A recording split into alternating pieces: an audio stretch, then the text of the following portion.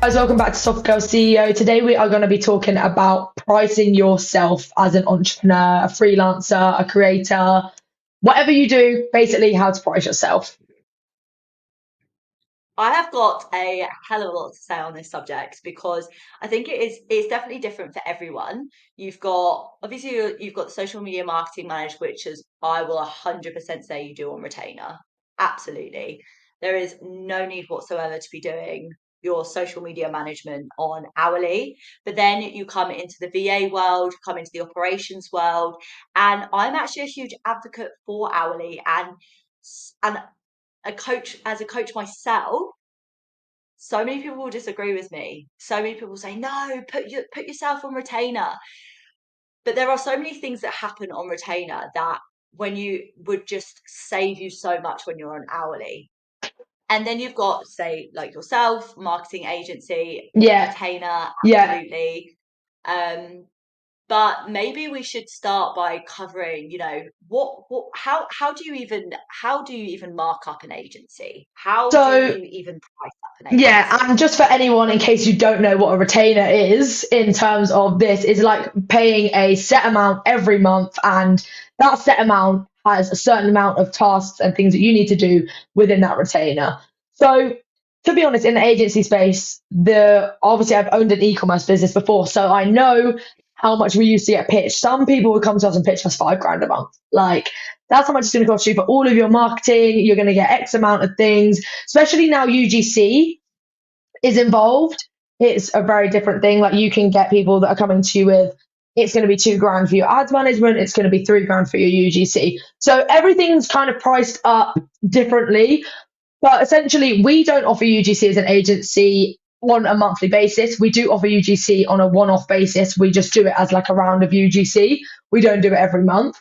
Um, but for example, like our lowest retainer, completely transparently, would be 1.5k. That is to manage one platform comprehensively. Help, like that's going in every day looking at the ads, that is helping with all of the content, and the content part of it is the main part for us. And because with AI, like it has become a lot easier to run ads, to be honest. But the actual how to make a sale through advertising and through your photos and through your videos is a skill in itself. So we definitely go a lot Absolutely. more on the side of helping with the creative side.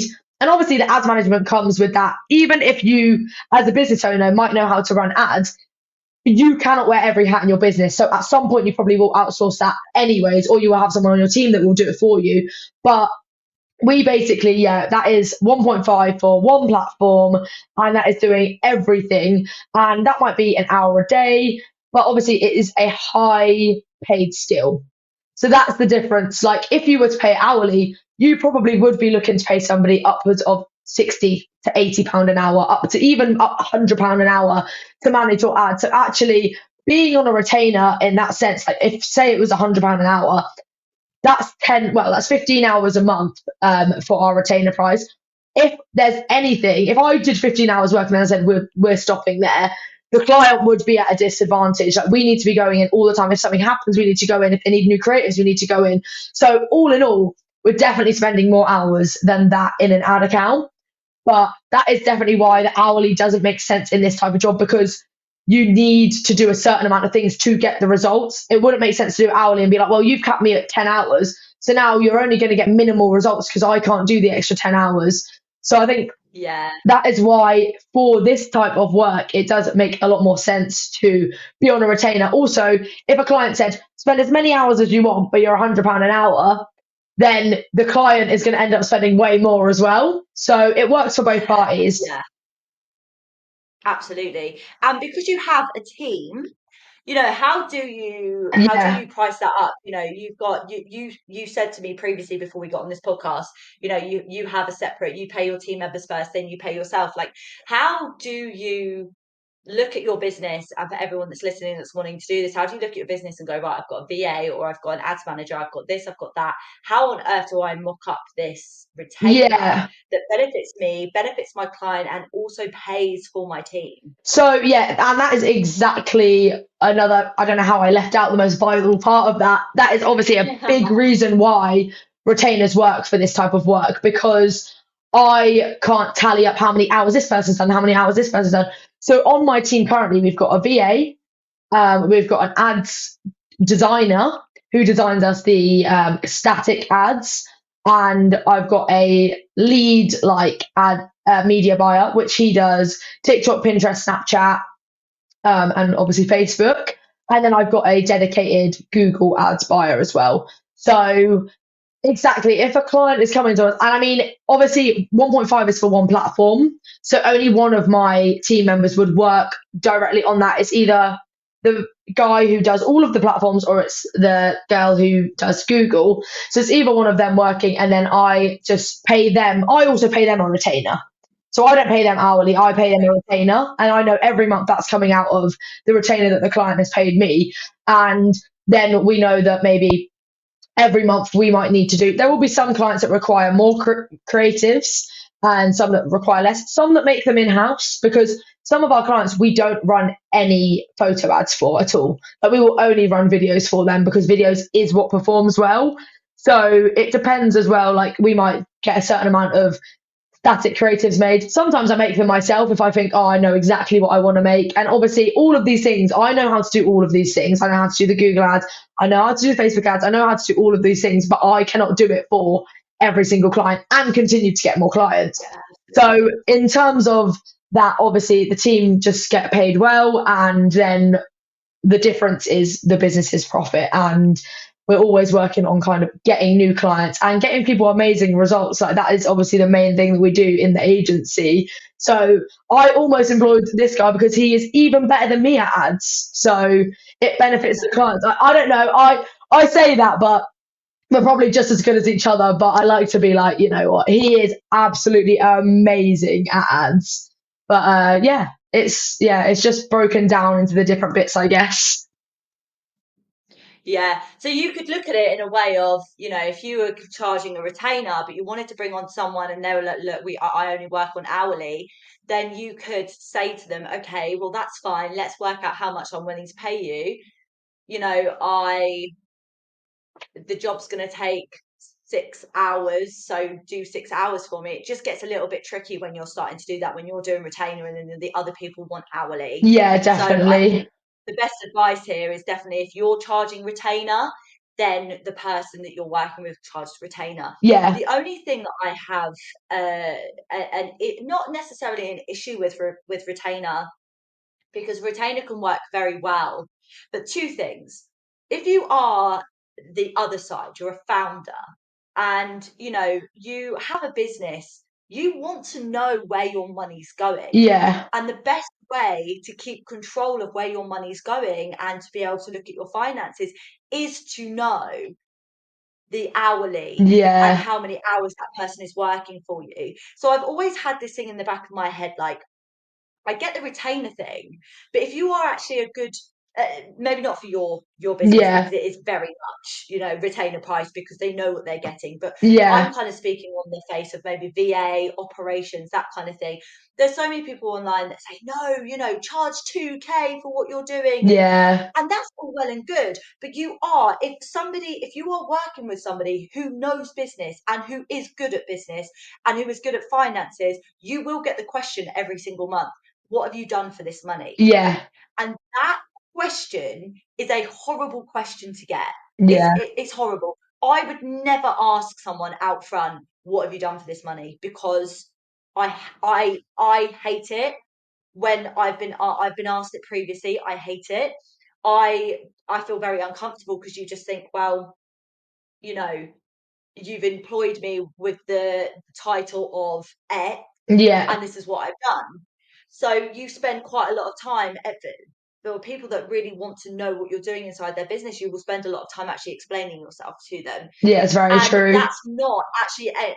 that's not anything on them, and I wouldn't actually class them as a nightmare client. They would fall under the brackets of a nightmare client. But when Yeah. you understand the flip side of business, Yeah.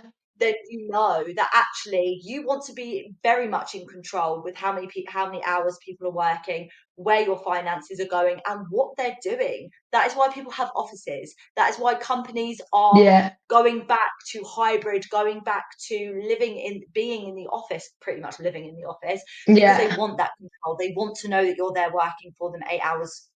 So anyway, off on that little rampage, I am very hot on hourly wage, but with maybe a possible agreement that you will do X amount of hours for them Yeah. so that you do also have boundaries and that they also know, okay, roughly that's what's going to be coming out. And you also know roughly what's going to be coming Yeah. out. So it's kind of like a relaxed retainer because you have leeway to kind of go up a couple more hours. You also have, if you don't work so many hours because there's not the work, they're not going to get scrapped for cash and be asking you what you did for this, 2 grand. That they're thinking, well, I only saw a few emails go out. I didn't see anything else out. Especially as a VA or a operations manager, most Yeah. people don't see day in day Oh, out a because hundred percent. you're just you're just tying off in the background. Yeah. So in regards to pricing yourself as a VA, operations manager, OBM, COO, that kind of thing, unless they are a business where they're putting you basically on salary, but even with a salary Yeah. retainer, Yeah. there's hours to that salary retainer. They usually want 8 hours from you, right? Yeah. So I would always say you can price yourself up as hourly and just have that natural agreement. Now, for a VA, the lowest I think personally that a VA should charge. Say if you're really coming into the space and you've never done this before, okay. I Yeah. remember when I first started, I charged £15 an hour, right? And £15 an hour, that was just to get my foot in the door. That Yeah. was just to work with someone, to learn off them. Like I've told my story previously. That was really just to know anything about being a VA. And at that point, when you're not paying taxes, you're not paying any outgoings, and you're traveling, £15 an hour is fine. Yeah. It's just about livable. And I definitely do think that you have to kind of drop your expectations when you first come in, because if you've got nothing to bring to the table, then why is someone paying you £30 an hour? Yeah. You know? I've said this previously. There are so many people again on the online space go, charge your worth. You go, okay, well, what is your worth? What is your Yeah. worth right now? Yeah. If you're, I've spoken to so many people in the DMs, and they're like, oh well, I was told that £30 an hour for a VA is the going rate, and I'm really struggling to land clients. What history do you have? What expertise do you have? What skill set do you have that person? Because I guarantee you, I'm not paying someone £30 an hour to go and schedule my Instagrams. Oh yeah. No way. Doing No it. way. I'm not doing it. I'm paying someone £30 an hour who has a skill set in email marketing. I'm paying Yeah. someone £30 an hour that has a skill set that I do not have. Oh yeah. That's something that Definitely. I can go and do, and that I want someone to go and do. So it really is about charging your skill set, charging your worth, but your worth is your skill set. What are you worthy? Not what are you worthy as a human being, because that's Yeah. that's limitless, Yeah. unlimitless, whatever the word is. But charging your worth as your Limitless. limitless, yeah, we've Limitless. got there. Yeah. It's about charging your worth of what you're worthy to that Yeah. person. How many hours are you taking away from them? What skill set do you have that's going to make themselves that they can't do? Are you coming in as the expert, or are you coming as someone that's scheduling posts? Yeah. Because that's two different ball games. You may just be in operations, but you may just be a virtual assistant, but doing two of these different things is very different. Yeah. So Exactly. if you're just trying to get your foot in the door, if you're listening to this in the car and you're on the way to 9 to 5 and you're thinking, damn, I just want to be a VA, I just want to try and leave my job, I don't know how to get experience, lower your wage and just go and get that experience Yeah. from someone, go and learn from someone and take the cut. Once you've then done that, your next client can be £20 an hour. you've got more confidence, you've got a little bit more to give, certain systems. You then work with another client and you think, wow, I'm now an expert in Kajabi, or I'm an expert in something that's actually really going to allow you to step into a role instead of just the natural. And then it moves up 25, 27, £30 an hour, £35 an hour. Yeah. The more you're an expert in something, the more value you are in business, Yeah. the more you're going to get paid for it. Definitely. So that's 100% my take on pricing yourself as a virtual assistant anyway. What skill set do you really bring to the table? Yeah. Are you a generic VA? Can you charge £35 an hour to be a generic VA? I'm not sure anymore, Mm, especially when there are people that you can pay £15, even £15 an hour in the Philippines, or in a different country. £15 an hour to somebody in the Philippines is that's insane. you're paying Yeah. decent money. Yeah. Yeah. Most That's a people charge lot. £40. I haven't I haven't really even got the heart to pay someone just for £3, £4. I feel like it's because I'm so used to paying people more than that. But Yeah. you can drop it down to £15 and get someone who will work There. tirelessly Yeah. for you for £15 an hour. So you've really got to think, where are my skill sets and how can I go above and beyond? Same with operations management. Again, there are people that do retainer for this.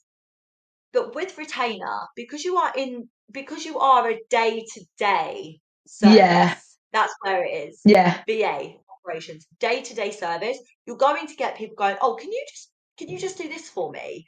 Can you just do this for me? Yeah. We've just had this happen. Can you just make a social post for this? And all these just can use Yeah. rack up to hours that you've not put in your retainer. Then it gets messy. Then you Yeah. go, well, yeah, I can, but that's not in the retainer, so I'm going to have to charge you extra. Then you're going back, and I get icked out. It icks me out. It Yeah. is the business ick for me. Going back and going, well, okay, well, you've asked me to do one social post this month, so that's going to cost £70. And then they go, well, why £70? And then it just gets so messy. Gets Yeah. so messy. Definitely. If you just at the start say, look, I'll work for you for 2 hours a day. My hourly rate is X. If you're happy with that, we'll start off with 2. If it goes up, great. If it goes down, we'll have a discussion. Yeah. Boom. And that's how I would do it. And it has worked for me every time. I went on retainer twice and I worked like a dog for them, and Yeah. it was not worth it. Yeah. Not worth We it whatsoever. we luckily don't have that problem with, can you just do this? Can you just do this? Because we're not inserted into the business enough to be that person. Because like they don't know.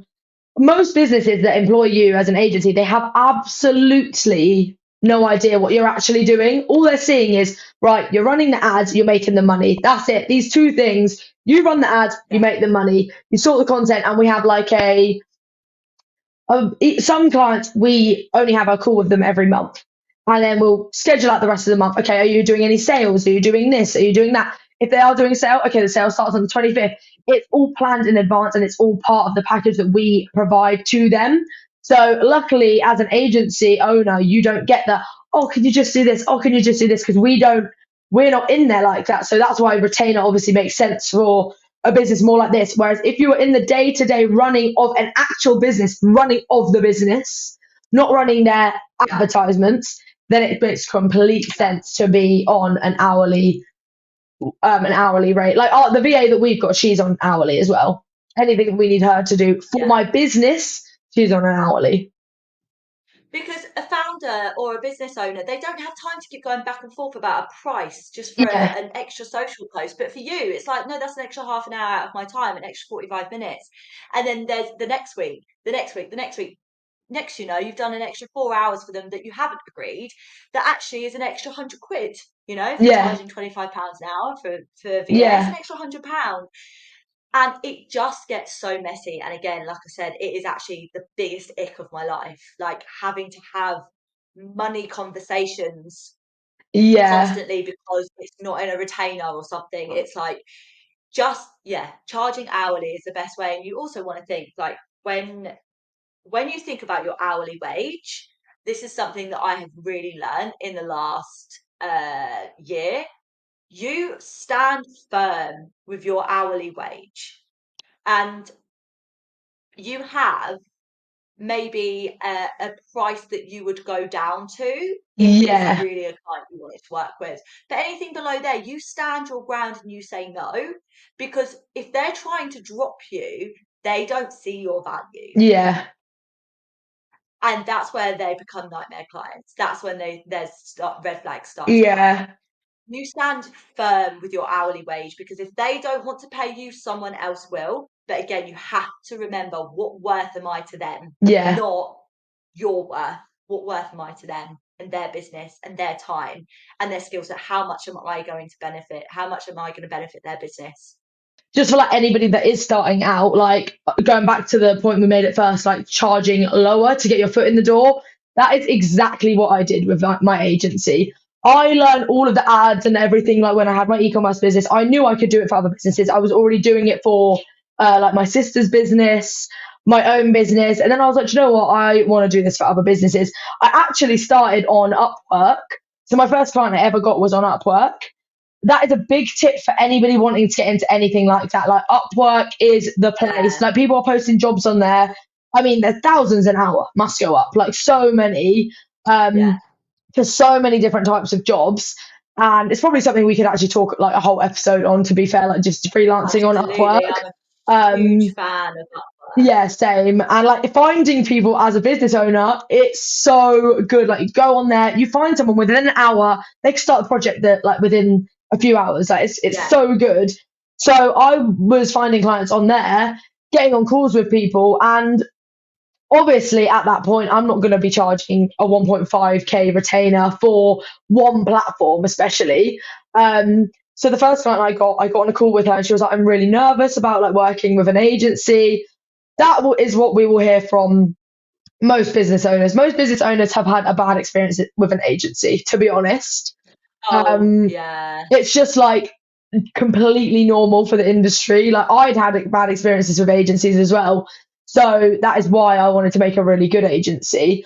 But with her, she was really, really hesitant. And I'm thinking, I want a real client to work on. So, like, what can I do to get this client through the door? Because I'm doing the work, I'm not paying anyone else to do the work. So, ultimately, it's not costing me anything except my time, which I have at that yeah, point had in abundance. So, I was like, right, I will do all your ads for literally, you just pay me £500 a month. And if I don't get you any good results, I will I'll do the next month for free, because that's how badly I wanted to actually work on a client.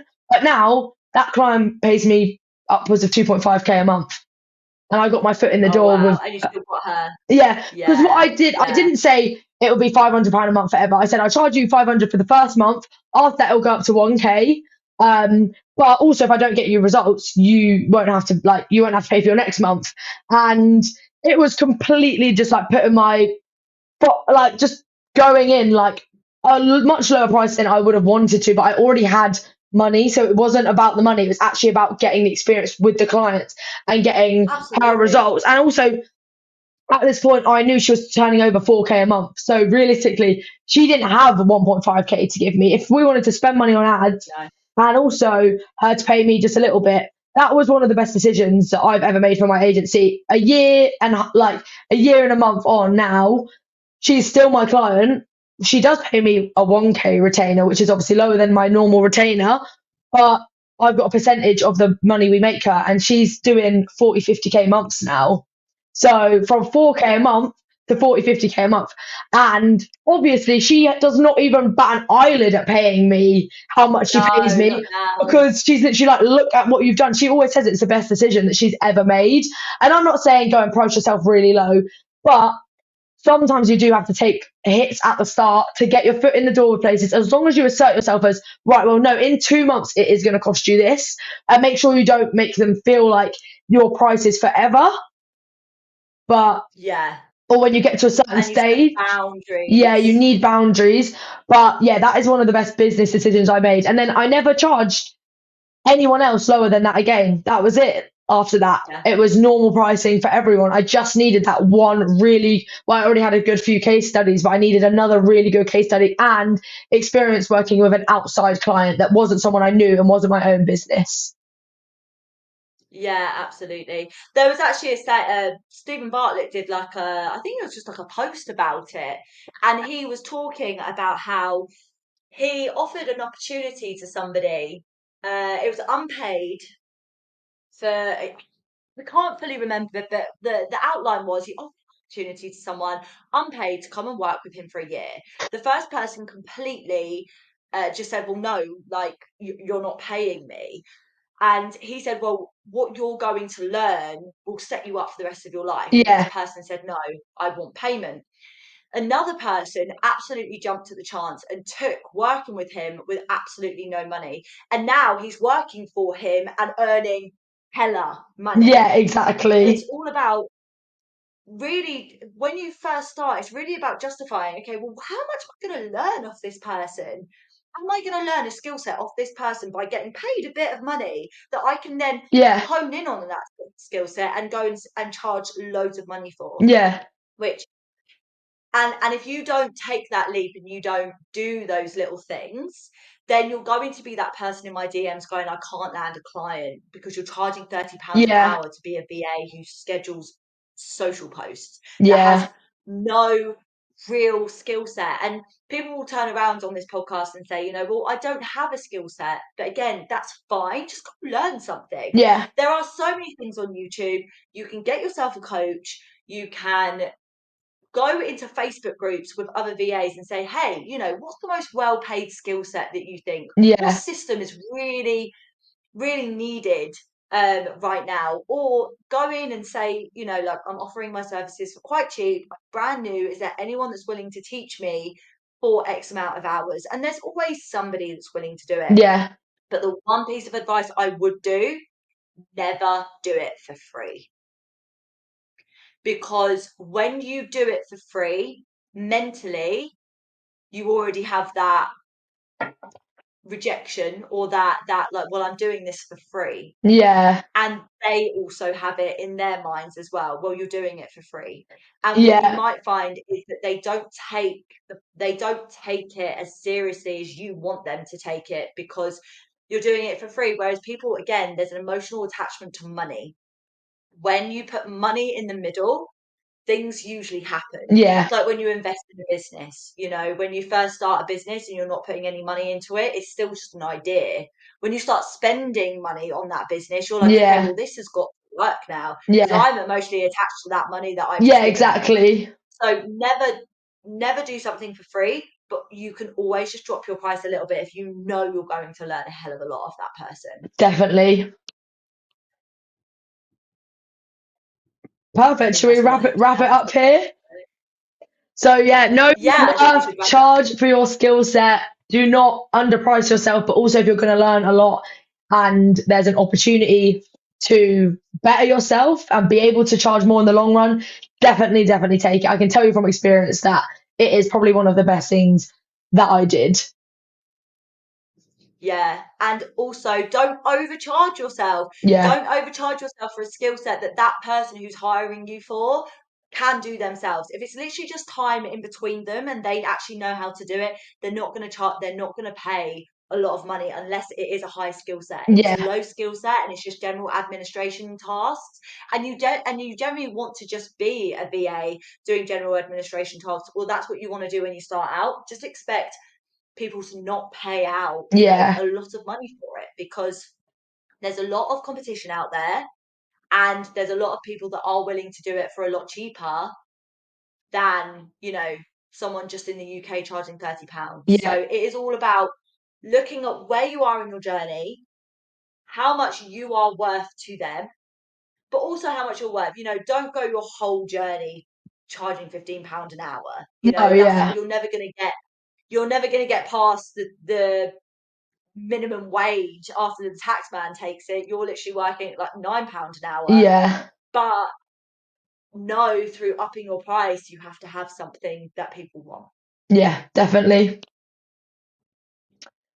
Thank you everyone for listening. And if you want to follow along, we would absolutely love to see you over at Soft Girl CEO podcast, on our Instagram page and our TikTok page. And we'll see you on the next episode. Yeah, thank you for listening.